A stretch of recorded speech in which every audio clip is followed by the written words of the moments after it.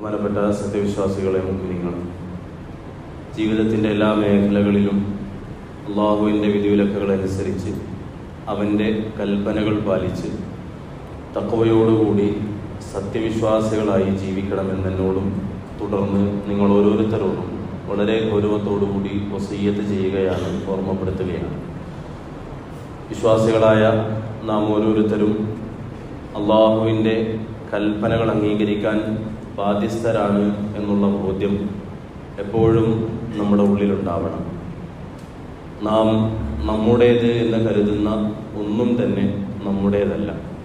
ഇതൊക്കെയും അള്ളാഹു നമുക്ക് നൽകിയിട്ടുള്ള വരദാനമാണ്, അവൻ്റെ അനുഗ്രഹമാണ്.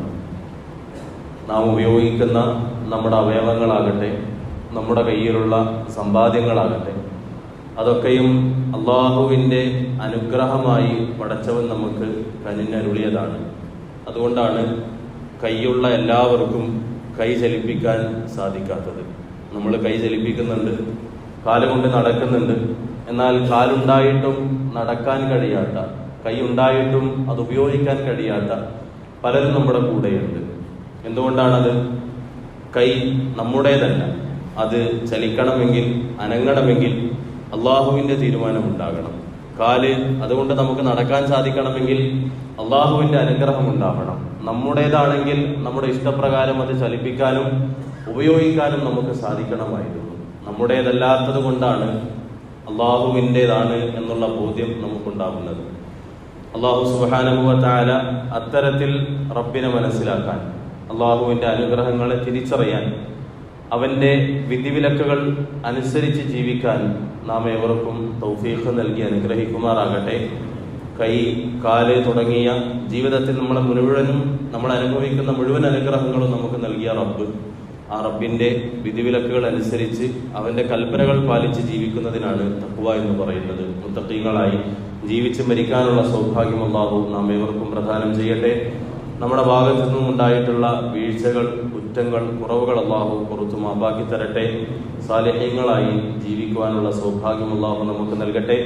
നമ്മുടെ എല്ലാ പ്രശ്നങ്ങളും, പ്രയാസങ്ങളും, ബുദ്ധിമുട്ടുകളും അല്ലാഹു മാറ്റിത്തരട്ടെ. നമ്മുടെ ആഗ്രഹങ്ങൾ അല്ലാഹു സഫലീകരിച്ച് നൽകട്ടെ. നമ്മൾ അനുഭവിക്കുന്ന രോഗങ്ങൾക്ക്, നമ്മളിലെ രോഗികൾക്ക് അല്ലാഹു ആജിലായ മുസ്തമിറായ ശിഫാ പ്രദാനം ചെയ്യട്ടെ. നമ്മിൽ നിന്നും മരണപ്പെട്ടു പോയവരുടെ ഖബറിടങ്ങൾ അല്ലാഹു സ്വർഗീയ ആരാമങ്ങളാക്കി തീർക്കട്ടെ. മഗ്ഫിറത്തും റഹ്മത്തും അല്ലാഹു പ്രദാനം ചെയ്യട്ടെ. ആഖിബത്ത് നന്നായി മരിക്കുന്ന സജ്ജനങ്ങളിൽ, സ്വാലിഹീങ്ങളിൽ അല്ലാഹു നമ്മെ ഉൾപ്പെടുത്തട്ടെ.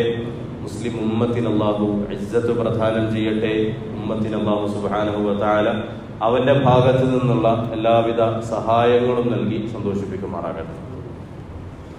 അല്ലാഹു വിശ്വാസികളായ അല്ലെങ്കിൽ മനുഷ്യരായ നമ്മ ഓരോരുത്തർക്കും നൽകിയ മഹത്തായ അനുഗ്രഹം, ആദരവായ റസൂലുള്ളാഹി സ്വല്ലല്ലാഹു അലൈഹി വസല്ലം, ആ നിബിധങ്ങളോട് വിശ്വാസി എന്ന നിലയിൽ നമുക്കുണ്ടാകേണ്ട ബാധ്യതകൾ, നമ്മൾ പൂർത്തിയാക്കേണ്ട കടമകൾ, അവിഷയകമായാണ് നമ്മൾ സംസാരിച്ചു കൊണ്ടിരിക്കുന്നത്. അതിൽ വളരെ പ്രധാനപ്പെട്ട ഒരു ബാധ്യതയാണ് നിബിധങ്ങൾ നമുക്ക് പഠിപ്പിച്ചു തന്ന, പകർന്നു തന്നിട്ടുള്ള ദീൻ മറ്റുള്ളവരിലേക്ക് നമ്മൾ എത്തിച്ചു കൊടുക്കുക എന്നുള്ളത്.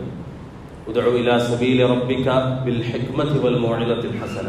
പരിശുദ്ധ ഖുർആനിൽ അല്ലാഹു ദഅവത്ത് എന്നുള്ള കർമ്മം അത് ഓരോരുത്തർക്കും വ്യക്തിപരമായി നിർബന്ധമാണ് എന്നുള്ള സൂചനയായിക്കൊണ്ട് പരിശുദ്ധ ഖുർആനിന്റെ ആയത്തുകൾ നമുക്ക് പഠിപ്പിച്ചു തരുന്നുണ്ട്. നമ്മുടെ ചുറ്റും ജീവിക്കുന്ന, നമ്മുടെ കീഴിൽ ജീവിക്കുന്ന ആൾക്കാർക്ക് നിബിധങ്ങൾ നമുക്ക് പഠിപ്പിച്ചു തന്ന, അല്ലെങ്കിൽ ഖുർആൻ നമുക്ക് പറഞ്ഞു തന്ന പാഠങ്ങൾ പറഞ്ഞു കൊടുക്കുവാൻ നിർബന്ധിതരാണ്. അത് നമ്മുടെ ബാധ്യതയാണ്. നമ്മുടെ കാൽ കീഴിലുണ്ടായ ഒരാൾ നരകത്തിലേക്ക് പോകുന്നതിൽ നാമും കുറ്റക്കാരാണ് എന്ന് നമ്മൾ മനസ്സിലാക്കേണ്ടതുണ്ട്. അയാൾക്ക് നമ്മൾ ദീൻ പറഞ്ഞു കൊടുത്തിട്ടില്ല എങ്കിൽ, അയാളോട് റസൂലുള്ളാഹി സ്വല്ലല്ലാഹു അലൈഹി വസല്ലമ തങ്ങളുടെ ജീവിതത്തെക്കുറിച്ച് നമ്മൾ പറഞ്ഞു കൊടുത്തിട്ടില്ല എങ്കിൽ, അതറിയാതെ നമ്മുടെ ചുറ്റുഭാഗത്ത് ജീവിക്കുന്ന ഒരാള് നരകത്തിൽ പോയി കഴിഞ്ഞാൽ അതിനുള്ള തെറ്റ്, കുറ്റം നമ്മുടേത് കൂടിയാണ് എന്നുള്ള തിരിച്ചറിവ് നാം ഓരോരുത്തർക്കും ഉണ്ടാവണം. റസൂലുള്ളാഹി സ്വല്ലല്ലാഹു അലൈഹി വസല്ലമ തങ്ങളുടെ വളരെ പ്രധാനപ്പെട്ട ഒരു ഹദീസ് നമ്മൾ കഴിഞ്ഞ ഖുതുബകളിലൊക്കെയും സൂചിപ്പിച്ചതാണ്. ബല്ലിഗു അന്നി വലൗ ആയ, ഒരായത്താണെങ്കിൽ പോലും നിങ്ങൾ മറ്റുള്ളവർക്ക് എന്നിൽ നിന്നും ഒരു ഗുണപാഠം എന്നിൽ നിന്നുമുള്ള ഒരു ജീവിത പാഠം നിങ്ങൾ പറഞ്ഞു കൊടുക്കണമേ. അങ്ങനെ കൊടുക്കാതെ, അങ്ങനെ പകർന്നു കൊടുക്കാതെ നിങ്ങൾ മരണപ്പെടരുത് എന്ന് റസൂലുള്ളാഹി സ്വല്ലല്ലാഹു അലൈഹി വസല്ലമ തങ്ങൾ നമ്മളോട് ഉണർത്തുന്നുണ്ട്. ദഅവത്തുമായി ബന്ധപ്പെട്ട് പരിശുദ്ധ ഖുർആനിൽ നമുക്ക് കാണാൻ കഴിയുന്ന വളരെ പ്രധാനപ്പെട്ട ഒരു ആയത്താണ് ഖുതുബയുടെ ആമുഖത്തിൽ നമ്മൾ പാരായണം ചെയ്തത്. ഉദ്ഉ ഇലാ സബീലി റബ്ബിക ബിൽ ഹിക്മതി വൽ മൗഇദത്തിൽ ഹസന. ഹിക്മത്തോടുകൂടി, സതുപദേശത്തോടുകൂടി ദീനിലേക്ക് ആൾക്കാരെ നിങ്ങൾ ക്ഷണിക്കണമെന്നാണ് പരിശുദ്ധ ഖുർആൻ നമ്മളോട് പറയുന്നത്. വജാദിൽഹും ബില്ലത്തി ഹിയ അഹ്സൻ. ഏറ്റവും നല്ല രീതിയിൽ ആൾക്കാർക്ക് ഇസ്ലാമിന്റെ അല്ലെങ്കിൽ റസൂലുള്ളാഹി സ്വല്ലല്ലാഹു അലൈഹി വസല്ലമ തങ്ങളുടെ ഹദീസുകൾ, ഇസ്ലാമിന്റെ ആദർശം നിങ്ങൾ എത്തിച്ചു കൊടുക്കുക എന്നാണ് പരിശുദ്ധ ഖുർആൻ നമ്മളോട് പറയുന്നത്. രണ്ട് പ്രധാനപ്പെട്ട കാര്യങ്ങളാണ് ദഅവത്ത് ചെയ്യുമ്പോൾ നമ്മൾ ശ്രദ്ധിക്കേണ്ടത്. ഒന്ന് ഹിക്മത്താണ്, മറ്റൊന്ന് അത് മൗഇദത്തുൽ ഹസനയായി മാറണം. എന്താണ് ഹിക്മത്ത് എന്ന് പറഞ്ഞാൽ? പൊതുവെ നമ്മൾ യുക്തി എന്നാണ് അതിനർത്ഥം വെക്കാറുള്ളത്. ഹിക്മത്ത് എന്നാൽ തഫ്സീർ ചെയ്യുന്ന ആലിമീങ്ങൾ നമുക്ക് പഠിപ്പിച്ചു തരുന്നു, ഹദീസ് വിശദീകരിച്ചുകൊണ്ട് മുഹദ്ദിസീങ്ങൾ നമുക്ക് പഠിപ്പിച്ചു തരുന്നു. അവസരോചിതമായി നാം സന്ദർഭങ്ങളെ വിലയിരുത്തുന്നതിനാണ്, ഉപയോഗപ്പെടുത്തുന്നതിനാണ് ഹിക്മത്ത് എന്ന് പറയുന്നത്. അത് അല്ലാഹു സുബ്ഹാനഹു വ തആല അനുഗ്രഹിച്ച് നമുക്ക് നൽകേണ്ടതാണ്. യുക്തിൽ ഹിക്മത മയ്യശ. അള്ളാഹു ഉദ്ദേശിക്കുന്നവർക്കാണ് ഹിക്മത്ത് എന്ന് പറയുന്ന മഹത്തായ അനുഗ്രഹം അള്ളാഹു നൽകുന്നത്. അഥവാ ഒരു സന്ദർഭത്തെ മനസ്സിലാക്കാൻ, ഒരു സാഹചര്യത്തെ മനസ്സിലാക്കാൻ, തെറ്റ് നടന്നുകൊണ്ടിരിക്കുന്ന സന്ദർഭത്തിൽ ശബ്ദമുയർത്തിക്കൊണ്ടാണോ അതിനെതിരെ നമ്മൾ പ്രതികരിക്കേണ്ടത്, അതല്ല ശബ്ദം താഴ്ത്തിക്കൊണ്ടാണോ നമ്മൾ പ്രതികരിക്കേണ്ടത്, ആ തെറ്റ് ചെയ്തുകൊണ്ടിരിക്കുന്ന സാഹചര്യവും അത് ചെയ്യുന്ന ആൾക്കാരുടെ അവസ്ഥയും മനസ്സിലാക്കിക്കൊണ്ട് നമ്മൾ ദഅവത്ത് ചെയ്യുന്നതിനാണ് ഹിക്മത്ത് എന്ന് പറയുന്നത്. അത്തരണത്തിൽ ഹിക്മത്തോടുകൂടി ആൾക്കാരെ ദീനിലേക്ക് നിങ്ങൾ ക്ഷണിക്കണമെന്ന് അല്ലാഹു സുബ്ഹാനഹു വ തആല പരിശുദ്ധ ഖുർആനിലൂടെ നമ്മളോട് ഉണർത്തുകയാണ്. അഥവാ ചില സന്ദർഭങ്ങളിൽ നമ്മൾ ശബ്ദം ഉയർത്തേണ്ടി വരും, ചില സന്ദർഭങ്ങളിൽ ശബ്ദം നമ്മൾ താഴ്ത്തേണ്ടി വരും. ചിലപ്പോൾ ഒരു തെറ്റിനെ നമ്മൾ പ്രതിരോധിക്കേണ്ടത് പടിപടിയായിക്കൊണ്ടേയിരിക്കും. അങ്ങനെ സാഹചര്യങ്ങളെ മനസ്സിലാക്കി പെരുമാറുന്നതിനാണ് ഹിക്മത്ത് എന്ന് പറയുന്നത്. അതുപോലെ റസൂലുള്ളാഹി സ്വല്ലല്ലാഹു അലൈഹി വസല്ലമ തങ്ങളെയും അതിനു മുന്നേ വന്നിട്ടുള്ള പ്രവാചകന്മാരുടെ ജീവിതവും നമ്മൾ പരിശോധിച്ച് നോക്കിക്കഴിഞ്ഞാൽ ഹിക്മത്ത് എന്താണ് എന്ന് വ്യക്തമായി നമുക്ക് മനസ്സിലാക്കാൻ വേണ്ടി കഴിയും. അതിൽ ഏറ്റവും വലിയ പാഠമാണ് ഖലീലുല്ലാഹി ഇബ്രാഹിം നബി അലൈഹി സ്വലാത്തു വസ്സലാമിന്റെ ഹിക്മത്ത് എന്ന് പറയുന്നത്. അദ്ദേഹം അഭിമുഖീകരിക്കേണ്ടി വന്ന സാഹചര്യം, അദ്ദേഹം അഭിമുഖീകരിക്കേണ്ടി വന്ന ജനത തീർത്തും വിഗ്രഹാരാധനയിൽ കഴിഞ്ഞുകൊണ്ടിരുന്ന ഒരു ജനതയായിരുന്നു. വസ്തുക്കളെ, സൃഷ്ടികളെ ആരാധിച്ചു കൊണ്ടിരിക്കുന്ന ഒരു ജനത. ആ ജനതയിൽ സൃഷ്ടികളുടെ ദൗർബല്യം എത്രത്തോളമാണ് എന്ന് മനസ്സിലാക്കി കൊടുക്കാൻ വേണ്ടിയിട്ട് ഇബ്രാഹിം നബി അലൈഹി സ്വലാത്തു വസ്സലാം നടത്തുന്ന ദഅവത്തുകളുടെ വളരെ രസകരമായിട്ടുള്ള രൂപം പരിശുദ്ധ ഖുർആനിലൂടെ നമുക്ക് മനസ്സിലാക്കാൻ വേണ്ടി കഴിയും. ഒരു രാത്രി ചന്ദ്രനും സൂര്യനും ഒക്കെ, ചന്ദ്രനും നക്ഷത്രങ്ങളും ഒക്കെ ഇങ്ങനെ തെളിഞ്ഞു നിൽക്കുന്ന ഒരു മാനത്ത് നോക്കിക്കൊണ്ട് ആൾക്കാരൊക്കെ കൂടിയിരിക്കുന്ന ഒരു സദസ്സാണ്. സൂറത്തുൽ അൻആമിൽ സവിസ്തരം നമുക്ക് ആ രംഗം വായിച്ചെടുക്കാൻ വേണ്ടി കഴിയും. അദ്ദേഹം പറയുന്നുണ്ട്, ഇങ്ങനെ ഉദിച്ചുയർന്നു നിൽക്കുന്ന ചന്ദ്രൻ അതെത്ര മനോഹരമാണ്, നമ്മളെക്കാളും ഉയരത്തിലാണ് ആ ചന്ദ്രൻ നിൽക്കുന്നത്. അതുകൊണ്ട് ആ ചന്ദ്രനെയാണ് ഞാൻ ഇനി ആരാധിക്കുന്നത്. ജനങ്ങളൊക്കെ നോക്കി നിൽക്കുകയാണ്. എന്നാൽ ഇബ്രാഹിം നബി അലൈഹി സ്വലാത്തു വസ്സലാം ആ ചന്ദ്രൻ അസ്തമിച്ചപ്പോൾ, സൂര്യൻ പുറത്തേക്ക് വന്നപ്പോൾ ഇബ്രാഹിം നബി പറയുകയാണ്, ഇങ്ങനെ അസ്തമിക്കുന്ന ഒരു ചന്ദ്രന് എന്റെ ആവശ്യങ്ങൾ, കാര്യങ്ങൾ എങ്ങനെയാണ് പൂർത്തീകരിക്കാൻ വേണ്ടി കഴിയുക? അതുകൊണ്ട് ചന്ദ്രനെ ഞാൻ ആരാധിക്കുകയില്ല. നക്ഷത്രത്തെയും നോക്കിക്കൊണ്ട് ഇബ്രാഹിം നബി അങ്ങനെ തന്നെ പറയുന്നുണ്ട്, ഉദിച്ചുയർന്നു നിൽക്കുന്ന, വെളിച്ചം നൽകുന്ന ആ നക്ഷത്രത്തെ ഞാൻ ആരാധിക്കുന്നു. പക്ഷേ ചന്ദ്രന്റെ പ്രഭയിൽ നക്ഷത്രം ഇല്ലാതായി പോയപ്പോൾ, നക്ഷത്രത്തെ കാണാതായി പോയപ്പോൾ ഇബ്രാഹിം നബി പറയുന്നുണ്ട്, ഇങ്ങനെ അസ്തമിക്കുന്ന നക്ഷത്രത്തെയും ചന്ദ്രനെയും ഞാൻ എങ്ങനെ ആരാധിക്കാനാണ്? കാരണം രാവിലെ ആയിക്കഴിഞ്ഞാൽ മാനത്ത് നോക്കുമ്പോൾ ചന്ദ്രനെ കാണുന്നില്ല, നക്ഷത്രത്തെ കാണുന്നില്ല. അങ്ങനെയാണെങ്കിൽ രാവിലെ എനിക്ക് ഉണ്ടാകുന്ന ബുദ്ധിമുട്ടുകളും പ്രയാസങ്ങളും എന്റെ ദൈവത്തോട് ഞാൻ എങ്ങനെ പറയും? അതുകൊണ്ട് അതിനേക്കാളൊക്കെ ശക്തമായി തിളങ്ങി നിൽക്കുന്ന സൂര്യനെ ഇനി മുതൽ ഞാൻ ആരാധിക്കുകയാണ്. സൂര്യനെ ആരാധിക്കുന്നു. അങ്ങനെയാണെങ്കിൽ ആ സൂര്യൻ വരുമ്പോഴാണ് ചന്ദ്രനും നക്ഷത്രങ്ങളും ഒക്കെ അപ്രത്യക്ഷമാകുന്നത്. ഹാദാ അക്ബർ, ഈ സൂര്യനാണ് മറ്റുള്ളതിനേക്കാളൊക്കെയും വലുത്. അതുകൊണ്ട് ഇനി മുതൽ ഞാൻ സൂര്യനെ ആരാധിക്കും. ജനങ്ങൾ ഇതൊക്കെ കണ്ടു നിൽക്കുകയാണ്. അങ്ങനെ സൂര്യനും വൈകുന്നേരമായപ്പോൾ അതും അസ്തമിച്ചു കഴിഞ്ഞപ്പോൾ ഇബ്രാഹിം നബി അലൈഹി സ്വലാത്തു വസ്സലാം ചോദിക്കുന്നുണ്ട്, ഇങ്ങനെ അസ്തമിച്ചു അസ്തമിച്ചു പോകുന്ന, രാവിലെ ആകുമ്പോൾ ചിലത് കാണുന്നു, രാത്രിയാകുമ്പോൾ ചിലതിനെ കാണുന്നില്ല, ഇങ്ങനെ അസ്തമിച്ചു കൊണ്ടിരിക്കുന്ന ഒരു സൃഷ്ടിയെ ഞാൻ എങ്ങനെ ആരാധിക്കാനാണ്? ഞാൻ ആരാധിക്കേണ്ടത് എന്നെന്നും നിലനിൽക്കുന്ന, ഒരിക്കലും അസ്തമിക്കാത്ത, എപ്പോഴും നമുക്ക് ബന്ധപ്പെടാൻ വേണ്ടി കഴിയുന്ന ഒരു ശക്തിയെ ആയിരിക്കണം. പിന്നീട് ഇബ്രാഹിം നബി പറയുന്നുണ്ട്, ഇന്നി വജ്ജഹ്തു വജ്ഹിയ ലില്ലദി ഫതറ അസ്സമാവാതി വൽ അർള ഹനീഫൻ മുസ്ലിമൻ വമാ അന മിനൽ മുശ്രികീൻ. ഈ ചന്ദ്രനെയും സൂര്യനെയും ഭൂമിയിലുള്ള ആകാശത്തുള്ള മുഴുവൻ സൃഷ്ടികളെയും സംരക്ഷിക്കുന്ന, സൃഷ്ടിച്ചിട്ടുള്ള അള്ളാഹുവിനെ ഞാൻ ആരാധിക്കുകയാണ് എന്ന് പറഞ്ഞുകൊണ്ട് ആ ജനതയ്ക്ക് സൃഷ്ടി ആരാധനയിൽ നിന്നും സ്രഷ്ടാവിലേക്കുള്ള ആരാധനയിലേക്ക് അവരെ ക്ഷണിക്കുന്നതായ വളരെ രസകരമായിട്ടുള്ള ഒരു ദഅവത്തിന്റെ രംഗം നമുക്ക് കാണാൻ വേണ്ടി കഴിയും. ഹിക്മത്ത് എന്താണ് എന്ന് അതിലൂടെ നമുക്ക് മനസ്സിലാക്കാൻ വേണ്ടി കഴിയും. മറ്റൊരു സന്ദർഭത്തിൽ വിഗ്രഹത്തെ ആരാധിച്ചുകൊണ്ടിരിക്കുന്ന ആൾക്കാരോട് പല ആവർത്തി ഇബ്രാഹിം നബി ചോദിക്കുന്നുണ്ട്, ലിമ തഅബുദു മാ ലാ യസ്മഅ വലാ യുബ്സിർ വലാ യുഗ്നി അൻക ശൈഅ. നിങ്ങൾക്ക് ഉപകാരം ചെയ്യാത്ത, നിങ്ങൾ വിളിച്ചാൽ കേൾക്കാത്ത, ഉത്തരം നൽകാൻ കഴിയാത്ത ആൾക്കാരെ എന്തിനാണ് നിങ്ങൾ ആരാധിച്ചു കൊണ്ടിരിക്കുന്നത്? ഈ ആരാധന ഒന്ന് നിർത്തിക്കൂടെ എന്ന് ചോദിക്കുന്നുണ്ട്. പക്ഷെ അവര് വിഗ്രഹാരാധന തുടർന്നുകൊണ്ടേയിരുന്നു. ഒരു ഉത്സവ ദിവസം മറ്റൊരു ഗ്രാമത്തിലേക്ക് പോയ നാട്ടുകാർ തനിക്ക് രോഗമാണ് എന്ന് പറഞ്ഞുകൊണ്ട് ഇബ്രാഹിം നബി നാട്ടിൽ തന്നെ നിന്നു. ആരുമില്ല എന്ന് കണ്ടപ്പോൾ അവിടെ ഉണ്ടായിരുന്ന വലിയൊരു അമ്പലത്തിൽ കയറിക്കൊണ്ട് മുഴുവൻ വിഗ്രഹങ്ങളെയും അദ്ദേഹം തച്ചുടച്ചു. ഒരൊറ്റ വലിയ വിഗ്രഹത്തെ മാത്രം ബാക്കിയാക്കി അതിന്റെ കഴുത്തിൽ കോടാലി തൂക്കിയിട്ടു. ഉത്സവം കഴിഞ്ഞ് തിരിച്ചു വന്ന് അമ്പലത്തിൽ കയറിയ ഭക്തന്മാര് കാണുന്നത് എല്ലാ വിഗ്രഹങ്ങളും തച്ചുടക്കപ്പെട്ടിരിക്കുന്നു. ഒരു വലിയ വിഗ്രഹം മാത്രമാണ് ബാക്കിയായത്, അതിന്റെ കഴുത്തിൽ കോടാലിയുണ്ട്. ആരാണിത് ചെയ്തത് എന്ന് ചോദിച്ചപ്പോ എല്ലാവർക്കും ഒരൊറ്റ ഉത്തരം മാത്രമേ ഉണ്ടായിരുന്നുള്ളൂ. കാരണം വിഗ്രഹാരാധനയെ നിശിതമായി വിമർശിച്ചു കൊണ്ടിരിക്കുന്ന ഈ നാട്ടിൽ നമ്മളല്ലാതെ വേറൊരാൾ മാത്രമാണ് ഉണ്ടായിരുന്നത്, അത് ഇബ്രാഹിം നബിയാണ്. അതുകൊണ്ട് ഇബ്രാഹിം നബി തന്നെ ആയിരിക്കണം ഇത് ചെയ്തത് എന്ന് നാട്ടുകാര് പറയുന്നു. ഇബ്രാഹിം നബിയെ സദസ്സിലേക്ക് കൊണ്ടുവന്ന് വിചാരണ ആരംഭിക്കുന്നു. താങ്കളല്ലേ ഈ വിഗ്രഹത്തെയൊക്കെയും തച്ചുടച്ചത്? ഇബ്രാഹിം നബി അവരോട് ചോദിക്കുന്നുണ്ട്, നിങ്ങൾ എന്നെ എന്തിനാണ് സംശയിക്കുന്നത്? കാണുന്നില്ലേ, വലിയ വിഗ്രഹം മാത്രമാണ് ബാക്കിയായിട്ടുള്ളത്, ബാക്കിയൊക്കെയും തച്ച് തകർക്കപ്പെട്ടിരിക്കുന്നു. ആ വിഗ്രഹത്തിന്റെ കഴുത്തിലാണെങ്കിൽ കോടാലിയും തൂക്കിയിടപ്പെട്ടിട്ടുണ്ട്. അതുകൊണ്ട് നിസ്സംശയം നമുക്ക് പറയാലോ, ആ വലിയ വിഗ്രഹമാണ് ചെറിയ വിഗ്രഹങ്ങളെയൊക്കെയും നശിപ്പിച്ചത്. നാട്ടുകാരൊക്കെ തിരിച്ചു ചോദിക്കുന്നുണ്ടല്ല, നിങ്ങൾ ഞങ്ങളെ വിഡ്ഢികളാക്കുകയാണോ? ഒന്ന് അനങ്ങാൻ കഴിയാത്ത ഈ വിഗ്രഹം എങ്ങനെയാണ് കോടാലി എടുത്തുകൊണ്ട് ബാക്കിയുള്ള വിഗ്രഹങ്ങളെയൊക്കെ തകർക്കുക?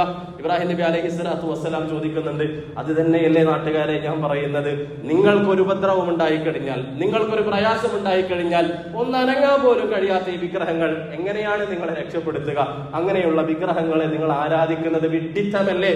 ആ വിഡ്ഢിത്തം നിങ്ങൾക്ക് തുറന്നു കാണിക്കാൻ വേണ്ടി ഞാൻ നടത്തിയിട്ടുള്ള ഒരു കാര്യമാണിതെന്ന് ഇബ്രാഹിം നബി അലൈഹിസ്സലാത്തു വസ്സലാം ജനങ്ങളോട് പറയുന്നുണ്ട്. ഹിക്മത്ത് എന്താണ് എന്ന് ഇബ്രാഹിം നബിയുടെ പ്രബോധന മേഖലയിൽ കൂടി നമ്മൾ സഞ്ചരിച്ചു കഴിഞ്ഞാൽ നമുക്ക് മനസ്സിലാക്കാൻ വേണ്ടി കഴിയും. അവസരങ്ങൾ നമ്മൾ നോക്കുക, സാഹചര്യം എന്താണ് എന്ന് നോക്കുക.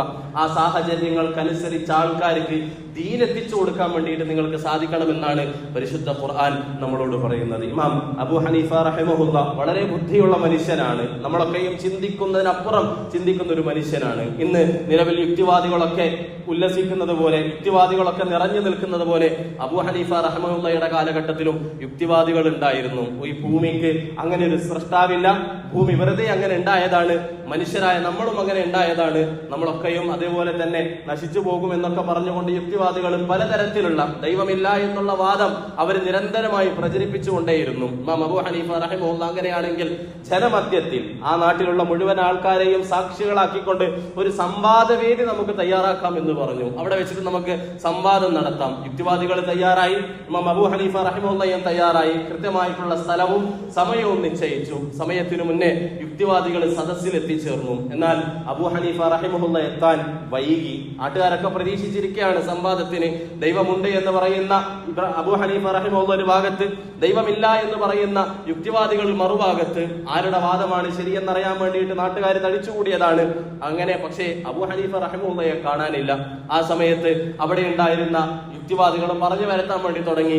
പേടി കാരണം പറയാൻ അദ്ദേഹത്തിന് വാദങ്ങളൊന്നും ഇല്ലാത്തത് കൊണ്ട് ഒരു പക്ഷേ ഇന്ന് സദസ്സിലേക്ക് അവർക്ക് അദ്ദേഹത്തിന് ഹാജരാകാൻ വേണ്ടി കഴിയില്ല.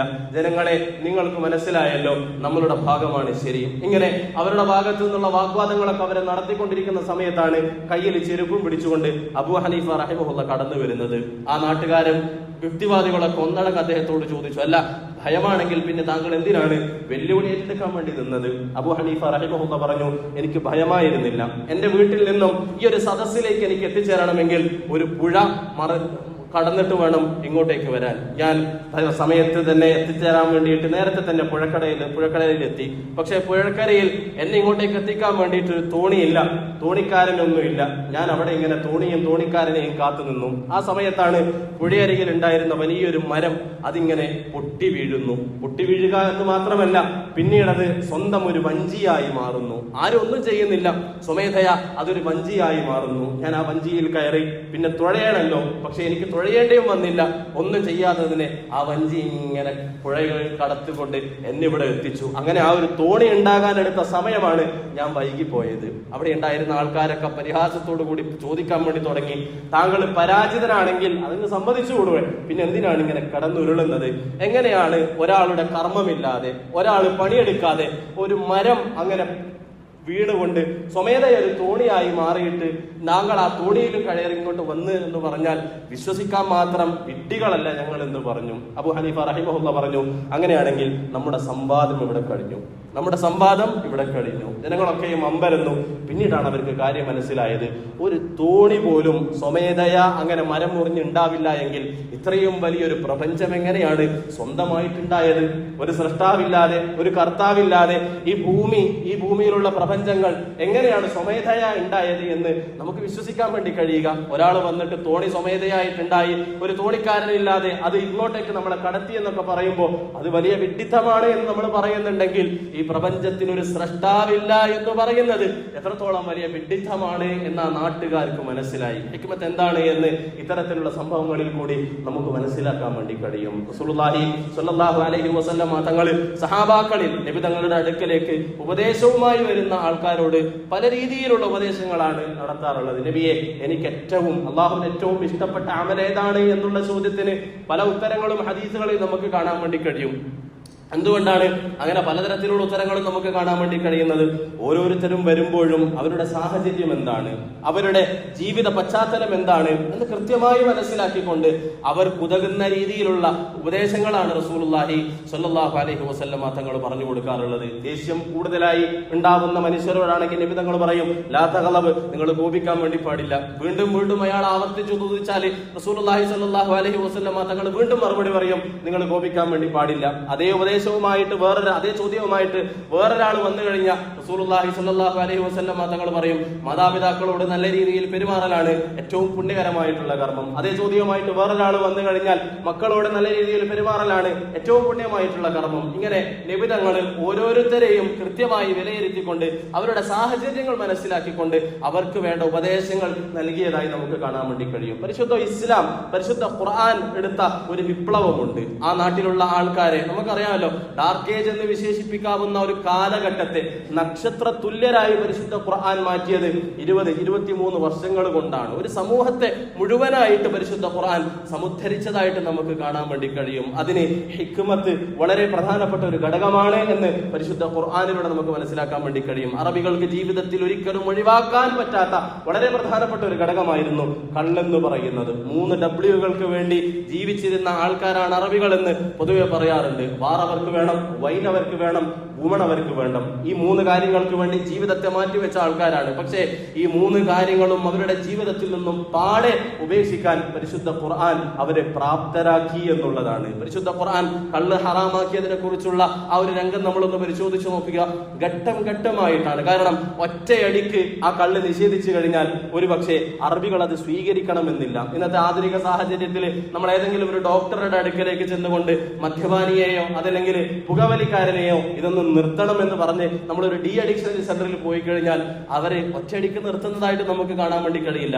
പതിയെ പതിയെ മെല്ലെ മെല്ലെ ആ ഒരു തെറ്റ്, തിന്മ തടയുന്നതായിട്ട് നമുക്ക് കാണാൻ വേണ്ടി കഴിയും. പരിശുദ്ധ ഖുർആനും അപ്രകാരമായിരുന്നു അവരുടെ ജീവിതത്തിലേക്ക് ചേർന്നിരുന്ന, അവരുടെ ജീവിതത്തിന്റെ ഭാഗമായി മാറിയിരുന്ന കള്ള് നിരോധിച്ചത് അപ്രകാരമാണ് എന്ന് നമുക്ക് കാണാൻ വേണ്ടി കഴിയും. പൊതുവെ 3 ഘട്ടത്തിലാണ് കള്ള് നിരോധിച്ചത് എന്ന് പണ്ഡിതന്മാർ നമുക്ക് പഠിപ്പിച്ചു തരുന്നുണ്ട്. യസ്അലൂനക അനിൽ ഖംറി വൽ മൈസിർ ഖുൽ ഫീഹിമാ ഇസ്മുൻ കബീറുൻ വമനാഫിഉ ലിന്നാസ് വഇസ്മുഹുമാ അക്ബറു മിൻ നഫഇഹിമാ. പരിശുദ്ധ ഖുർആനിൽ കള്ളിനെ കുറിച്ച് സഹാബാക്കളൊക്കെ ചോദിക്കാൻ തുടങ്ങി, നബിയെ, കള്ളിനെ കുറിച്ച് ഇസ്ലാമിന്റെ അഭിപ്രായം എന്താണ്? കള്ള് ഞങ്ങൾക്ക് വേണ്ടപ്പെട്ട ഒരു കാര്യമാണ്, അതുകൊണ്ട് കള്ളെന്താണ്, കള്ളിനെ കുറിച്ചുള്ള തീരുമാനം എന്താണ് എന്ന് ചോദിക്കണം. പരിശുദ്ധ ഖുർആനിൽ അല്ലാഹു ആയത്തിറക്കി, ഖുൽ ഫീഹിമാ ഇസ്മുൻ കബീറുൻ വമനാഫിഉ ലിന്നാസ്. കള്ള് നിങ്ങൾക്ക് അത്യാവശ്യം നന്മകളൊക്കെ നൽകുന്നുണ്ടാകും, നിങ്ങൾക്കൊരു സുഖം നൽകുന്നുണ്ടാകും, നിങ്ങൾ അത് ജീവിതത്തിന്റെ ഭാഗമായിരിക്കും. പക്ഷേ ആ കള്ളിനുള്ള ഉപകാരം ഉണ്ടല്ലോ, അതിനേക്കാളും വലിയ ഉപദ്രവമാണ് അതിലൂടെ ഉണ്ടാവുന്നത്. കള്ള് ഉപകാരവും ഉപദ്രവവും നൽകുന്നുണ്ട്, പക്ഷേ ഉപദ്രവമാണ് കുറച്ച് കൂടുതലെന്ന് അവരോട് പരിശുദ്ധ ഖുർആൻ ആദ്യം ഉണർത്തി. നിങ്ങൾ കള്ള് കുടിക്കരുത്, പൂർണ്ണമായിട്ട് അത് ഉപേക്ഷിക്കണമെന്ന് പറഞ്ഞില്ല, കുടിച്ചോ, പക്ഷെ കൂടുതൽ കുടിക്കരുത്. സഹാബാക്കള് കള്ളുകുടി നിയന്ത്രിച്ചു. രണ്ടാമതും വീണ്ടും അവർ ചോദിച്ചു. ആ സമയത്ത് വീണ്ടും പരിശുദ്ധ ഖുർആൻ അല്ലാഹു ആയത്തിറക്കി, യാ അയ്യുഹല്ലദീന ആമനൂ ലാ തഖറബുസ്സലാത വഅൻതും സുകാറ. നിങ്ങൾ കള്ളു കുടിച്ചോ, പക്ഷെ നിസ്കാരത്തിന് മുമ്പോ ശേഷവോ ആവരുത്. നിസ്കാരത്തിന് വരുന്ന സമയത്ത് നിങ്ങൾ കള്ളു കുടിക്കാൻ വേണ്ടി പാടില്ല. കാരണം പടച്ചോന്റെ മുന്നിൽ നിൽക്കുന്നതല്ലേ, പൂർണ്ണമായിട്ടുള്ള ഹൃദയത്തോടു കൂടി കാലിയായിട്ടുള്ള ആ ഒരു മനസ്സോടു കൂടി ആയിരിക്കണം നിങ്ങൾ വരേണ്ടത്. അതുകൊണ്ട് നിസ്കാര സമയത്ത് നിങ്ങൾ കള്ളു കുടിക്കരുത്. വീണ്ടും സഹാബാക്കൾ കള്ളുകുടി നിർത്തി. പിന്നീടാണ് മൂന്നാമതാണ് പരിശുദ്ധ ഖുർആൻ കള്ളു പൂർണ്ണമായിട്ടും നിങ്ങൾ ഒഴിവാക്കണമെന്ന് പറയുന്നത്. ആ സമയത്തേക്ക് അള്ളാഹു എന്താണ് എന്ന് തിരിച്ചറിയാനും ഈ കള്ള് ഞങ്ങളുടെ ജീവിതത്തിൽ എത്രത്തോളം മോശപ്പെട്ട ഒരു കാര്യമാണ് എന്ന് മനസ്സിലാക്കാനും സഹാബാക്കൾക്ക് സാധിച്ചിരുന്നു. അതുകൊണ്ട് മൂന്നാമതായിട്ട് ഇന്നമൽ ഖംറു വൽ മൈസിറു വൽ അൻസാബ് റിജ്സും മിൻ അമലി ശൈത്താൻ ഫജ്തനിബൂഹു ലഅല്ലകും തുഫ്ലിഹൂൻ. നിങ്ങൾ പൂർണ്ണമായിട്ടും അത് ഒഴിവാക്കണമെന്ന് പറഞ്ഞപ്പോൾ സഹാബാക്കൾക്ക് അത് ജീവിതത്തിൽ നിന്നും പാടെ ഒഴിവാക്കാൻ വേണ്ടിയിട്ട് സാധിച്ചു. കള്ള് ഒഴിവാക്കുന്ന സമയത്തുള്ള രംഗങ്ങളൊക്കെ നമ്മൾ മുമ്പും സൂചിപ്പിച്ചതാണ്. വായിലേക്ക് ഒരു കപ്പ് ഇങ്ങനെ എടുത്തു വെച്ച സമയത്താണ് ആയത്ത് കേൾക്കുന്നത്. ആ കപ്പ് പൂർത്തിയാക്കാതെ അതൊഴിച്ചു കളഞ്ഞ സഹാബാക്കളെ ചരിത്രത്തിൽ നമുക്ക് കാണാൻ വേണ്ടി കഴിയും. ഉദ്ഉ ഇലാ സബീലി റബ്ബിക ബിൽ ഹിക്മതി വൽ മൗഇദത്തിൽ ഹസന. ഹിക്മത്തോടു കൂടി ശബ്ദം ഉയർത്തേണ്ട സമയത്ത് ശബ്ദം ഉയർത്തിയും, ശബ്ദം താഴ്ത്തേണ്ട സമയത്ത് ശബ്ദം താഴ്ത്തുകയും, ചേർത്ത് പിടിക്കേണ്ട സമയത്ത് ചേർത്ത് പിടിച്ചും ആൾക്കാരെ ഉപദേശിക്കാൻ, തെറ്റിൽ നിന്നും മാറ്റി നിർത്താൻ നമുക്ക് സാധിക്കണം. അതിന് ഹിക്മത്ത് നമ്മൾ അറിയണം. അള്ളാഹുവിനോട് ആ ഹിക്മത്തിന് വേണ്ടിയിട്ട് നമ്മൾ നിരന്തരമായിട്ട് പ്രാർത്ഥിച്ചുകൊണ്ടേയിരിക്കണം. രണ്ടാമത് വളരെ പ്രധാനപ്പെട്ട ഒരു കാര്യമാണ് വൽ മൗഇദത്തിൽ ഹസന. സതുപദേശത്തോടു കൂടി നമ്മൾ ആൾക്കാരെ ദീനിലേക്ക് ക്ഷണിക്കണം. ആയത്തിനെ വിശദീകരിച്ചുകൊണ്ട് പണ്ഡിതന്മാര് പറയുന്നുണ്ട്, മൗഇദത്തുൽ ഹസനയിൽ രണ്ട് പ്രധാനപ്പെട്ട ഘടകങ്ങളുണ്ട്. ഒന്ന് മുവാഫഖത്തുൽ അമലി ലിൽ ഖൗലി. നമ്മൾ പറയുന്ന വാക്കുകളും പ്രവർത്തനങ്ങളും യോജിച്ചു വരണം. നമ്മുടെ വാക്കൊന്നും പ്രവർത്തനം മറ്റൊന്നുമാകാൻ പാടില്ല. രണ്ടാമത്തേത് ഹുസ്നുൽ ഖുൽഖ്. നമ്മുടെ സൽസ്വഭാവത്തിന്റെ ഉടമയായിരിക്കണം. വളരെ പ്രധാനപ്പെട്ട കാര്യമാണത്. മുവാഫഖത്തുൽ അമലി ലിൽ ഖൗലി. നമ്മുടെ വാക്കുകൾക്കനുസരിച്ചിട്ടായിരിക്കണം നമ്മൾ പ്രവർത്തിക്കേണ്ടത്. നമ്മൾ പറയുന്നതൊന്ന് പ്രവർത്തിക്കുന്നത് മറ്റൊന്നായി കഴിഞ്ഞാൽ നിങ്ങൾ ചെയ്യുന്ന ദഅവത്ത് പ്രതിഫലിക്കില്ല എന്ന് റസൂലുള്ളാഹി സ്വല്ലല്ലാഹു അലൈഹി വസല്ലമ തങ്ങളുടെ ഹദീസ് വിശദീകരിച്ചുകൊണ്ട്, ഖുർആനിന്റെ ആയത്ത് വിശദീകരിച്ചുകൊണ്ട് പണ്ഡിതന്മാർ നമ്മളോട് പറയുന്നുണ്ട്. അത് വളരെ ഗൗരവകരമായിട്ടുള്ള ഒരു തെറ്റും കൂടിയാണ്. തങ്ങളുടെ പരിശുദ്ധ ഖുർആനിലൂടെ അല്ലാഹു നമ്മളോട് ഉണർത്തുന്നുണ്ടല്ലോ, യാ അയ്യുഹല്ലദീന ആമനൂ ലിമ തഖൂലൂന മാ ലാ തഫഅലൂൻ ഖബറ മഖ്തന ഇൻദല്ലാഹി അൻ തഖൂല മാ ലാ തഫഅലൂൻ അൻ തഖൂലു മാ ലാ തഫഅലൂൻ. അല്ലാഹുവിന്റെ അടുക്കൽ ഏറ്റവും വലിയ തെറ്റായിക്കൊണ്ട് റസൂലുള്ളാഹി സ്വല്ലല്ലാഹു അലൈഹി വസല്ലമ തങ്ങൾ പറയുന്ന, പരിശുദ്ധ ഖുർആൻ നമ്മളോട് പറയുന്ന ഒരു കാര്യം അതാണ്. യാ അയ്യുഹല്ലദീന ആമനൂ ലിമ തഖൂലൂന മാ ലാ തഫഅലൂൻ. നിങ്ങൾ ചെയ്യാത്തത് എന്താണ്? എന്തിനാണ് നിങ്ങൾ മറ്റുള്ളവരെ ഉപദേശിക്കുന്നത്? നിങ്ങൾ ഒരു കാര്യം ചെയ്യുന്നില്ല, പക്ഷെ മറ്റുള്ളവരെ നിങ്ങൾ ആ വിഷയത്തിൽ ഉപദേശിക്കുന്നുണ്ട്. അതഅ്മുറൂന അന്നാസ ബിൽ ബിർരി വതൻസൗന അൻഫുസകും വഅൻതും തത്ലൂനൽ കിതാബ് അഫലാ തഅഖിലൂൻ. അതഅ്മുറൂന അന്നാസ ബിൽ ബിർരി. ജനങ്ങളോട് നല്ല രീതിയിൽ പെരുമാറണം എന്ന് നിങ്ങൾ പറയുന്നു, എന്നാലോ വതൻസൗന അൻഫുസകും, നിങ്ങൾ ആ വിഷയത്തിൽ വളരെ പിറകിലാണ്. തത്ലൂനൽ കിതാബ്, പരിശുദ്ധ ഖുർആനിലുള്ള മുഴുവൻ കാര്യങ്ങളും നിങ്ങൾക്കറിയാം, എന്നിട്ടും അതനുസരിച്ച് ജീവിക്കാൻ നിങ്ങൾ തയ്യാറല്ല. ഞാൻ നന്നാവൂല, പക്ഷേ മറ്റുള്ളവരെ നന്നാകണം. കുടുംബജീവിതത്തിൽ പലപ്പോഴും പ്രശ്നങ്ങൾ ഉണ്ടാവുന്നതിന്റെ പ്രധാനപ്പെട്ട കാരണം ഈ ഒരു വിഷയമാണ്. ഭാര്യ എന്നോട് നല്ല രീതിയിൽ പെരുമാറണം, ഞാൻ പറയുന്നതൊക്കെ കേൾക്കണം, പക്ഷേ എന്റെ ഭാഗത്തു നിന്നുണ്ടാകുന്ന തെറ്റുകൾ അത് ഞാൻ ചെയ്യും. മക്കൾ എന്നോട് നല്ല രീതിയിൽ പെരുമാറണം, പക്ഷേ മക്കൾക്ക് ആ സ്നേഹം നമ്മൾ തിരിച്ചു കൊടുക്കുന്നുണ്ടോ? ഇല്ല. നമ്മൾ കസേരയിൽ ചാരിയിരുന്നു കൊണ്ട്, സോഫയിൽ ചാരിയിരുന്നു കൊണ്ട് ഫോണും നോക്കിയിട്ട് ബാങ്ക് കൊടുക്കുന്ന സമയത്ത് മക്കളോട് പള്ളിയിൽ പോകാൻ വേണ്ടി പറയാ, നമ്മൾ പള്ളിയിൽ പോകാതിരിക്കുക. നിങ്ങൾ മക്കളെ ഉപദേശിക്കുന്നു, ഭാര്യ ഉപദേശിക്കുന്നു, നിങ്ങൾ ഉപദേശിക്കുന്ന കാര്യങ്ങൾ നിങ്ങളുടെ ജീവിതത്തിൽ ഇല്ല എങ്കിൽ അത് വളരെ വലിയ പാതകമാണ് എന്ന് പരിശുദ്ധ ഖുർആനിൽ കൂടി അല്ലാഹു സുബ്ഹാനഹു വ തആല നമ്മളോട് പറയുകയാണ്. റസൂലുള്ളാഹി സ്വല്ലല്ലാഹു അലൈഹി വസല്ലം തങ്ങൾ പറയുന്നുണ്ട്, മിഅ്റാജിന്റെ രാത്രിയിൽ ഞാൻ ഒരു മനുഷ്യരെ അവരെ നരകത്തിൽ ഇങ്ങനെ തളച്ചു മറിഞ്ഞുകൊണ്ടിരിക്കുന്നത് ഞാൻ കണ്ടു. കൂടെ ഉണ്ടായിരുന്ന ആൾക്കാരൊക്കെ അവരോട് ചോദിച്ചു എന്നാണ്, നിങ്ങൾ ഞങ്ങൾക്ക് നന്മ ഉപദേശിച്ചിരുന്ന ആളായിരുന്നല്ലോ, പിന്നെ എന്താണ് നിങ്ങൾ നരകത്തിൽ കിടന്നത്? ആ മനുഷ്യൻ പറയുമെന്നാണ്, ഞാൻ നിങ്ങളോട് നന്മ ഉപദേശിച്ചിരുന്നു, പക്ഷേ അതെന്റെ ജീവിതത്തിൽ കൊണ്ടുവരാൻ വേണ്ടിയിട്ട് എനിക്ക് സാധിച്ചില്ല എന്നുള്ളതാണ്. നമ്മൾ ആദ്യം നന്നാവണം, എന്നിട്ടായിരിക്കണം മറ്റുള്ളവരെ നന്നാക്കാനുള്ള ശ്രമങ്ങൾ നമ്മൾ നടത്തേണ്ടത്. നിർബന്ധമാണ്, ദഅവത്ത് നമുക്ക് നിർബന്ധമാണ്. ആ നിർബന്ധ ബാധ്യതയുടെ ഭാഗമായി കൊണ്ട് സ്വന്തത്തെ സംസ്കരിക്കാൻ വേണ്ടിയിട്ട്, സ്വന്തത്തെ നന്നാക്കാൻ വേണ്ടിയിട്ട് നമുക്ക് സാധിക്കണം. അങ്ങനെ നമ്മൾ ചെയ്യാത്തൊരു കാര്യം മറ്റുള്ളവരോട് ഉപദേശിക്കുക എന്ന് പറയുന്നത് വളരെ ഗൗരവകരമായിട്ടുള്ള പാതകമാണ് എന്ന് പരിശുദ്ധ ഖുർആൻ നമ്മളോട് ഉണർത്തുകയാണ്. അല്ലാഹു സുബ്ഹാനഹു വ തആല നമ്മളെ കാത്തുരക്ഷിക്കുമാറാകട്ടെ. ഉത്ബത്ത് ബിൻ അബീ സുഫിയാൻ അദ്ദേഹത്തിന്റെ മകനെ ഒരു മദ്രസയിലേക്ക് അയക്കുകയാണ്, ഒരു അധ്യാപകന്റെ കീഴിൽ അയക്കുകയാണ്. ആ സമയത്ത് ആ അധ്യാപകനോട് നടത്തുന്ന ചില ഉപദേശങ്ങളുണ്ട്. ലിയകുൻ ഇസ്ലാഹുക ബുനയ്യ ഇസ്ലാഹുക ലിനഫ്സിക. നീ എന്റെ മകനെ നന്നാക്കാൻ വേണ്ടിയിട്ടാണ് നിന്റെ അടുക്കലേക്ക് അയച്ചിട്ടുള്ളത്. അതിന്റെ പ്രഥമ പടിയെന്നോണം, ആദ്യ പാഠം എന്നോണം ഇസ്ലാഹുക ലിനഫ്സിക, നിന്റെ നഫ്സിനെ, നിന്റെ ജീവിതത്തെ നീ നന്നാക്കാൻ വേണ്ടി ശ്രമിക്കണം. കാരണം ഫഇന്ന ഉയൂനഹും മഅഖൂദത്തും ബിക, അവൻ നിന്നെ നിരീക്ഷിച്ചുകൊണ്ടേയിരിക്കുകയാണ്. മാതാപിതാക്കളായ നാം ഓരോരുത്തരും, പിതാക്കളായിട്ടുള്ള നമ്മൾ ഓരോരുത്തരും വളരെ ശ്രദ്ധയോടുകൂടി കേൾക്കേണ്ട ഒരു വാക്യമാണിത്. ഫഇന്ന ഉയൂനഹും മഅഖൂദത്തും ബിക, നിങ്ങളുടെ മക്കൾ നിങ്ങളെ നിരീക്ഷിച്ചുകൊണ്ടേയിരിക്കുകയാണ്. ഫൽഹസനു ഇൻദഹും മാ ഫഅൽത വൽ ഖബീഹു ഇൻദഹും മാ തറക്ത. നിങ്ങൾ ചെയ്യുന്നതാണ് നിങ്ങളുടെ മക്കൾക്ക് നല്ലത്, നിങ്ങൾ ഉപേക്ഷിക്കുന്നതാണ് നിങ്ങളുടെ മക്കൾ മോശമായിട്ട് കാണുന്നത്. നിങ്ങൾ ചെയ്യുന്ന കാര്യങ്ങളൊക്കെയും എന്റെ ഉപ്പ അത് ചെയ്തിട്ടുണ്ട്, അതുകൊണ്ട് അത് നല്ല കാര്യമാണ് എന്നാണ് നിങ്ങളുടെ മക്കൾ മനസ്സിലാക്കുക.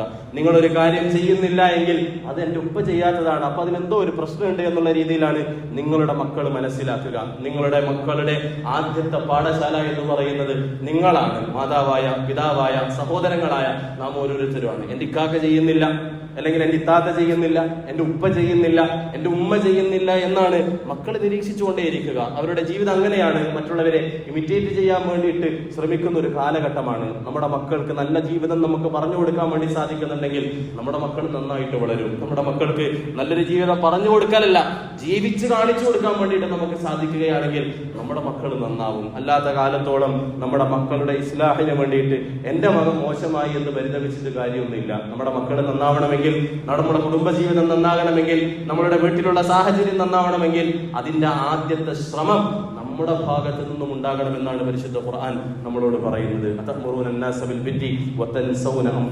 നിങ്ങൾ മറ്റുള്ളവരോട് നന്മ ഉപദേശിച്ചിട്ട് നിങ്ങൾ നന്നാവാത്ത ഒരവസ്ഥ ഉണ്ടാവരുത് എന്ന് പരിശുദ്ധ ഖുർആൻ നമ്മളോട് പറയുകയാണ്. രണ്ടാമതായി വൽ മൗഇദത്തുൽ ഹസന, ഹുസ്നുൽ ഖുൽഖാണ്, സതുപദേശം, നല്ലൊരു ജീവിതം. നമ്മുടെ ദഅവത്ത് എന്ന് പറയുന്നത് നമ്മുടെ ജീവിതമായിരിക്കണം. നമ്മുടെ ജീവിതമായിരിക്കണം മറ്റുള്ളവർക്ക് നമുക്ക് നൽകാവുന്ന ഏറ്റവും വലിയ സന്ദേശം എന്ന് പറയുന്നത്. വജാദിൽഹും ബില്ലതി ഹിയ അഹ്സൻ, നല്ല രീതിയിലായിരിക്കണം മറ്റുള്ളവരോട് നിങ്ങൾ ദഅവത്ത് നടത്തേണ്ടത്. ഇദ്ഫഅ ബില്ലതി ഹിയ അഹ്സൻ ഫഇദല്ലദി ബൈനക വബൈനഹു അദാവത്തുൻ കഅന്നഹു വലിയ്യുൻ ഹമീം. ഒരുപക്ഷേ നിങ്ങൾക്ക് അവരിൽ നിന്നും കേൾക്കേണ്ടി വരുന്നത് മോശമായിട്ടുള്ള വാക്കുകളായിരിക്കാം, നിങ്ങൾക്ക് നേരിടേണ്ടി വരുന്നത് മോശമായിട്ടുള്ള പ്രവർത്തനങ്ങളായിരിക്കാം. പക്ഷേ അതേ രീതിയിൽ അതിനോട് പ്രതികരിക്കാതെ വളരെ മാന്യമായി കൊണ്ട് നല്ല സ്വഭാവത്തോടുകൂടി അതിനോട് നിങ്ങൾ പ്രതികരിക്കുകയാണെങ്കിൽ അതിന്റെ പ്രതിഫലനം നിങ്ങൾക്ക് അവിടെ കാണാൻ കഴിയുമെന്ന് പരിശുദ്ധ ഖുർആൻ നമ്മളോട് ഉണർത്തുകയാണ്. റസൂലുള്ളാഹി സ്വല്ലല്ലാഹു അലൈഹി വസല്ലമ തങ്ങൾ വളരെ വലിയ മാതൃകയാണ് ഈ ഒരു വിഷയത്തിൽ നമുക്ക് കാണിച്ചു തന്നിട്ടുള്ളത്. തങ്ങളുടെ സന്നിധിയിലേക്ക് ഒരു ചെറുപ്പക്കാരൻ വന്നുകൊണ്ട് തങ്ങളോട് പറയാണ്, നബിയെ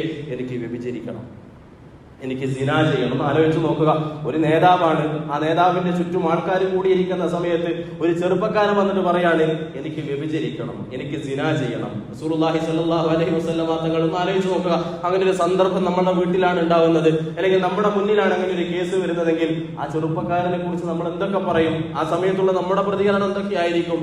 റസൂലുള്ളാഹി സ്വല്ലല്ലാഹു അലൈഹി വസല്ലമ തങ്ങൾ ആ ചെറുപ്പക്കാരനെ ചേർത്ത് വിളിച്ചു എന്നാണ്. നബി തങ്ങൾ അടുത്തു വാ മോനെ, എന്താണ് ഇതിന്റെ ആവശ്യം? എനിക്ക് വ്യഭിചരിക്കണം നബിയെ. റസൂലുള്ളാഹി സ്വല്ലല്ലാഹു അലൈഹി വസല്ലമ തങ്ങൾ ചോദിച്ചു, നിന്റെ ഉമ്മയെ, നിന്റെ പെറ്റുമ്മയെ അങ്ങനെ ഒരാൾ ചെയ്യുന്നത് നിനക്ക് ഇഷ്ടമാകുമോ? അയാൾ പറഞ്ഞു, ഇല്ല നബിയെ, ഒരിക്കലും ഞാനത് ഇഷ്ടപ്പെടില്ല. നിനക്കൊരു മകളുണ്ടായി എന്ന് കരുതുക, ആ മകളോട് അങ്ങനെ മോശമായിട്ടുള്ള രീതിയിൽ ഒരാൾ പെരുമാറുന്നുണ്ടെങ്കിൽ അത് നിനക്ക് സഹിക്കോ? നബി എങ്ങനെ സഹിക്കാനാണ്? നിന്റെ സഹോദരിയെ മറ്റൊരാൾ വിഭജിക്കുന്നത് നിനക്ക് ഇഷ്ടപ്പെടുമോ? ഇല്ല നബി, എനിക്ക് ഇഷ്ടപ്പെടില്ല. നിന്റെ ഉമ്മയുടെ സഹോദരിയെ, എന്റെ കുടുംബത്തിലെ ഏതെങ്കിലും ഒരു സ്ത്രീയെ അങ്ങനെ ഒരാൾ വിഭജിക്കണമെന്ന താല്പര്യവുമായിട്ട് നിന്റെ അടുക്കലേക്ക് വന്നു കഴിഞ്ഞാൽ നിന്റെ പ്രതികരണം എന്തായിരിക്കും? നബിയെ, എനിക്കത് താങ്ങാൻ കഴിയില്ല. നബി തങ്ങൾ പറഞ്ഞു, അങ്ങനെയാണെങ്കിൽ നീ വ്യഭിചരിക്കാൻ ഉദ്ദേശിക്കുന്ന സ്ത്രീ ഒരുപക്ഷെ മറ്റൊരാളുടെ മകളായിരിക്കാം, മറ്റൊരാളുടെ ഉമ്മയായിരിക്കാം, മറ്റൊരാളുടെ സഹോദരി ആയിരിക്കാം, മറ്റൊരാളുടെ കുടുംബക്കാരിയായിരിക്കും. അങ്ങനെ അല്ലാത്ത ഒരാൾ നിനക്ക് വേണമെങ്കിൽ വ്യഭിചരിക്കാം. പക്ഷെ അങ്ങനെ അല്ലാത്തൊരു സ്ത്രീ ഇവിടെ ഇല്ലല്ലോ. നീ വ്യഭിചരിച്ചു കഴിഞ്ഞാൽ അതിലൂടെ വിഷമിക്കുന്ന, വേദനിക്കുന്ന എത്ര കുടുംബങ്ങൾ ഉണ്ടാകും. ആ ചെറുപ്പക്കാരൻ കരയാൻ വേണ്ടി തുടങ്ങിയതാണ്. റസൂലുള്ളാഹി സ്വല്ലല്ലാഹു അലൈഹി വസല്ലമ തങ്ങൾ അവനെ ചേർത്ത് പിടിച്ചുകൊണ്ട് പ്രാർത്ഥിച്ചു, അല്ലാഹുമ്മ ഗ്ഫിർ ദംബഹു വതഹ്ഹിർ ഖൽബഹു വഹസ്സിൻ ഫർജഹു. പടച്ചവനെ, ഈ എന്റെ പ്രിയപ്പെട്ടവന്റെ, എനിക്ക് ഏറ്റവും ഇഷ്ടപ്പെട്ട ഈ ചെറുപ്പക്കാരന്റെ പാപങ്ങൾ നീ പുറത്തു കൊടുക്കണമേ. അവന്റെ ഹൃദയം നീ ശുദ്ധിയാക്കി കൊടുക്കണമേ, അവന്റെ ലൈംഗിക താല്പര്യങ്ങൾക്കൊക്കെ നീ നിയന്ത്രണം ഉണ്ടാക്കണമേ എന്നുള്ള പ്രാർത്ഥന നൽകിക്കൊണ്ടാണ് റസൂലുള്ളാഹി സ്വല്ലല്ലാഹു അലൈഹി വസല്ലമ തങ്ങൾ ആ കുട്ടിയെ, ആ ചെറുപ്പക്കാരനെ തിരിച്ചയച്ചത് എന്ന് ചരിത്രത്തിൽ ഹദീസുകളിൽ നമുക്ക് കാണാൻ വേണ്ടി കഴിയും. ദഅവത്ത് എങ്ങനെയായിരിക്കണം, അവരോടുള്ള പെരുമാറ്റം എപ്രകാരമായിരിക്കണം എന്ന് റസൂലുള്ളാഹി സ്വല്ലല്ലാഹു അലൈഹി വസല്ലമ തങ്ങൾ പറയുകയാണ്. പലപ്പോഴും നമ്മൾ കേട്ടിട്ടുള്ള പല സന്ദർഭങ്ങളുണ്ടല്ലോ, പല സംഭവങ്ങളുണ്ടല്ലോ, നബി തങ്ങളുടെ ദഅവത്ത് എത്രത്തോളം സുന്ദരമായിരുന്നു, മധുരമായിരുന്നു എന്ന് നമുക്ക് മനസ്സിലാക്കി തരുന്നു. നബി തങ്ങളുടെ പള്ളിയിൽ ഒരു ആറാബി എന്ന് പറഞ്ഞാൽ ആരാണ്? കാട്ടറബിയാണ്, കാട്ടിൽ ജീവിക്കുന്ന ആളാണ്. അതുകൊണ്ട് തന്നെ നിയമങ്ങളൊന്നും അറിയാത്ത മനുഷ്യനാണ്. അയാൾ ഒരിക്കൽ പള്ളിയിൽ വന്ന് മൂത്രയിച്ചു. സഹാബാക്കളൊക്കെയും കൂടി അയാൾ അടിക്കാൻ വേണ്ടി പോയി എന്നാണ് റസൂലുള്ളാഹി സ്വല്ലല്ലാഹു അലൈഹി വസല്ലമ തങ്ങൾ തടഞ്ഞു വെച്ചുകൊണ്ട് അയാളെ ചേർത്ത് പിടിച്ചു. സഹാബാക്കളോട് പറഞ്ഞു, മൂത്രമൊഴിച്ച ഭാഗം നിങ്ങൾ കഴുകി വൃത്തിയാക്കുക, ഇയാളെ ഞാൻ നോക്കിക്കൊള്ളാം. നബി തങ്ങൾ ആ മനുഷ്യനെ ചേർത്ത് പിടിച്ചുകൊണ്ട് പറഞ്ഞു, ആറാബിയോട് പറഞ്ഞു, പള്ളി എന്ന് പറയുന്നത് പടച്ചോനെ ഇബാദത്തെടുക്കാനുള്ളതാണ്, അതുകൊണ്ട് പള്ളിയിൽ മൂത്രമൊഴിക്കാൻ വേണ്ടി പാടില്ല, അതിന് വേറെ സ്ഥലമുണ്ട്, പള്ളി എന്നുള്ളത് ഇബാദത്തിന്റെ സ്ഥലമാണ് എന്ന് ആ മനുഷ്യനോട് പറഞ്ഞു. നെഞ്ചുപൊട്ടിക്കൊണ്ട് ആ മനുഷ്യൻ നടത്തുന്ന ഒരു പ്രാർത്ഥനയുണ്ട്, അല്ലാഹുമ്മർഹംനീ വമുഹമ്മദൻ വലാ തർഹം മഅനാ അഹദ. പടച്ചവനെ, എനിക്കും എന്റെ നബിക്കും മാത്രം നീ റഹ്മത്ത് ചെയ്യണമേ, ബാക്കി ആർക്കും റഹ്മത്ത് കൊടുക്കരുത്. കാരണം എന്നോട് സ്നേഹത്തോടു കൂടി പെരുമാറിയ ഈ നബി മാത്രമാണ്, എന്നെ അടിക്കാൻ വന്നവർക്കൊക്കെ നീ റഹ്മത്ത് കൊടുക്കരുത് എന്ന് ആ മനുഷ്യൻ പ്രാർത്ഥിക്കുന്നുണ്ട്. ഒരു പക്ഷേ ഇങ്ങനെ ഒരു ചേർത്ത് പിടിക്കൽ നമ്മുടെ ഭാഗത്ത് നിന്ന് ഇല്ലാത്തത് കൊണ്ടാണ് നമ്മുടെ മക്കൾ വഴിപിഴക്കുന്നത്.